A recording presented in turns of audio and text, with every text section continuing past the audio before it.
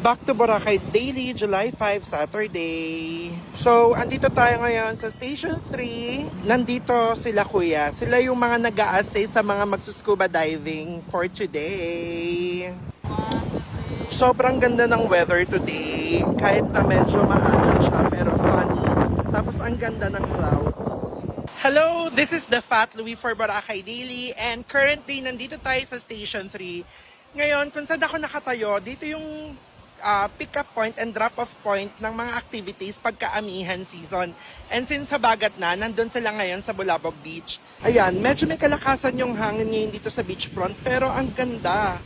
Ang ganda ng weather today. Kung first day nyo sa Boracay, tapos hinahanap nyo yung mga naki-crystal kayak, normally, pag hindi ganyan kalakas yung alon, meron kayong makikita mga nag-aalok ng crystal kayak dyan or paddleboarding. Meron ako nakikitang isa.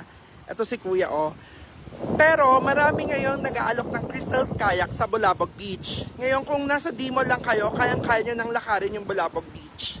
Since weekend ngayon, ang sarap gumimik ngayon dito sa Boracay. So, sinong nasa Boracay ngayon and gigimik later?